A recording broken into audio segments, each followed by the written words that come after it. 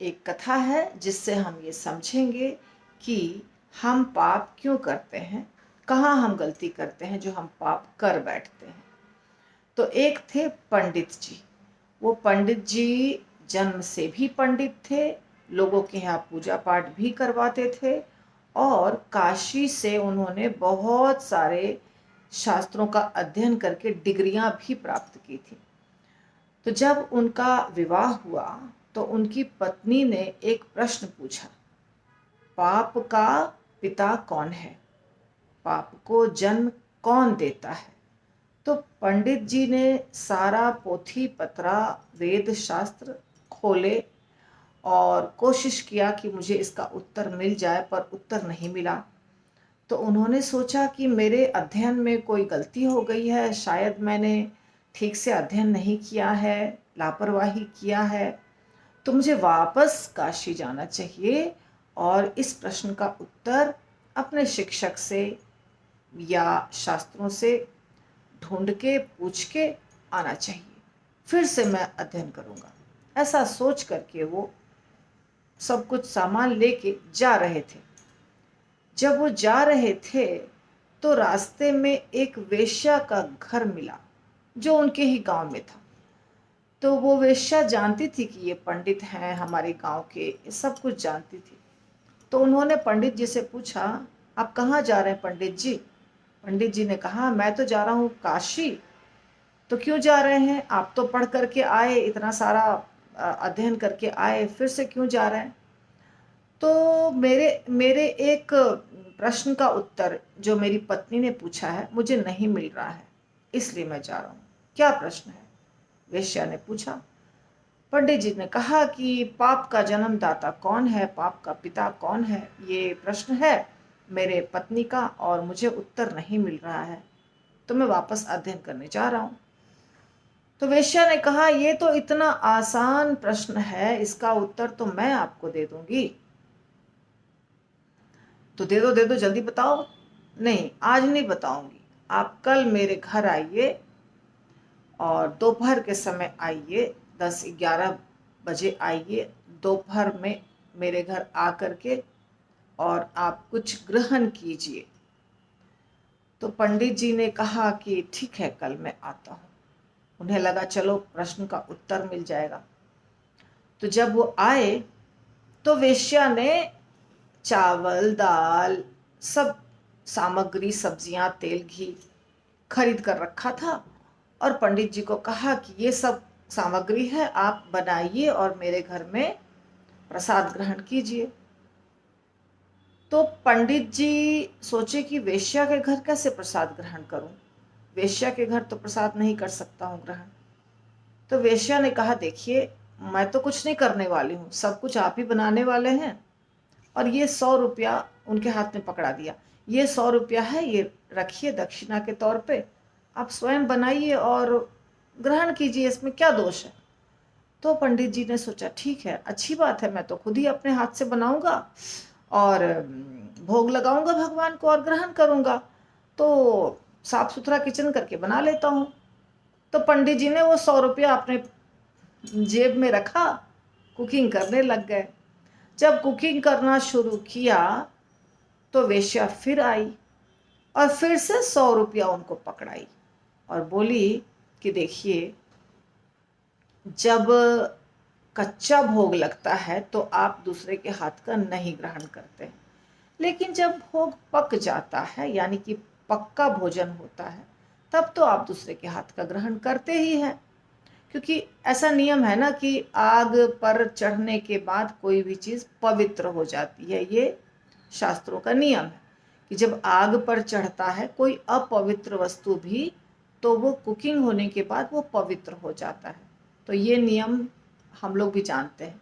तो वेश्या ने यही नियम याद दिलाया पंडित को कि पक्का भोजन तो आप करते ही हैं, तो मेरे हाथ का ही कर लीजिए, पकने के बाद तो वो पवित्र हो जाएगा। तो फिर आप इतना चूल्हा जलाएंगे, बनाएंगे, इतना सारी सामग्री काटेंगे, ये करेंगे वो करेंगे, तो मैं ही बना देती हूँ। और 100 रुपया दे दिया। पंडित जी ने फिर से 100 रुपया अपने जेब में रख लिया और वेश्या ने भोजन बनाया। भोजन यानी चावल दाल सब कुछ बनाया। फिर पंडित ने उसको भोग लगाया भगवान को। तो फिर अब जब खाने की बारी आई तो वेश्या वापस आती है पंडित के पास और बोलती है कि जब मेरे घर में आप भोजन कर ही रहे हैं तो एक ग्रास मेरे हाथ से कर लीजिए। 100 रुपया फिर से पकड़ाई और एक और भोजन पंडित के मुंह में देने लगी। 100 रुपया पंडित ने रख लिया। ये तीसरा 100 का नोट था। और जब एक और भोजन उठा के पंडित के मुंह में देने लग गई तो पंडित ने हाँ आराम से मुंह खोल करके वो भोजन लेने के लिए तैयार हो गए। अर्थात वो वेश्या अब उनके मुंह में डालने वाली थी भोजन। तो जब पंडित लेने वाले थे भोजन, मुख के सामने उनके भोजन जा रहा था, तो वेश्या भोजन देते देते बीच में रुक गई और जोर से एक थप्पड़ मारा पंडित को। बोला अभी तक समझ में नहीं आया पाप का बाप कौन है? 100 का 100 का नोट पकड़ाते गई और आप गिरते गए गिरते गए गिरते गए। पहले तो आप वेश्या के घर में भोजन खाने के लिए तैयार हुए, भोजन पकाने के लिए तैयार हुए, और अब मेरे हाथ से भी खाने के लिए तैयार हुए। शर्म नहीं आती है आपको? आपको पता नहीं चल रहा है कि ये पाप कर रहे हैं आप? और वेश्या ने याद दिलाया पंडित को, त्रिविधम नरकस्य इदम द्वारम नाशनम एव च कामः क्रोधः तथा लोभः तस्मात् एतत्त्रयम् त्यजेत। ये भगवत गीता का श्लोक है, 16वें अध्याय का 21वां नंबर श्लोक, कि काम क्रोध और लोभ ये तीनों नरक के द्वार हैं। अर्जुन को भगवान बता रहे हैं काम क्रोध और लोभ ये नरक के द्वार हैं, इसीलिए इसे हे अर्जुन तुम त्याग दो। तो ये जो लोभ है, धन का लोभ, ये धन के लोभ के कारण पंडित पाप कर्म करने के लिए तैयार हो गया। तो धन का जो लोभ था वो हो गया पाप को पैदा करने वाला, यानी कि पाप का बाप या पाप का पिता इस कहानी में। तो इसी प्रकार पापों को जन्म देने वाले हम खुद होते हैं। हमें पता होता है कि ये कर्म जो है ये गलत है, और भगवान हमें इंडिकेशन देते हैं, इशारा करते हैं। परमात्मा हमारे हृदय में बैठे हैं, वो बताते हैं कि ये तुम गलत कर रहे हो, ये सही नहीं है, क्यों गलत है ये भी बताते हैं। लेकिन उस समय कोई ना कोई लोभ रहता है हमारे हृदय में कि यहाँ एडजस्टमेंट कर लेते हैं, क्या फर्क पड़ता है, हमें हमारा ये काम तो बन रहा है तो चलो थोड़ा सा एडजस्टमेंट कर लेते हैं।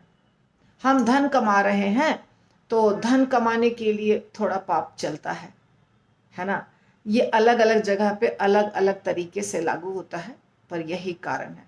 तो पाप को जन्म देने वाला कौन है? आपको समझ में आ गई कथा?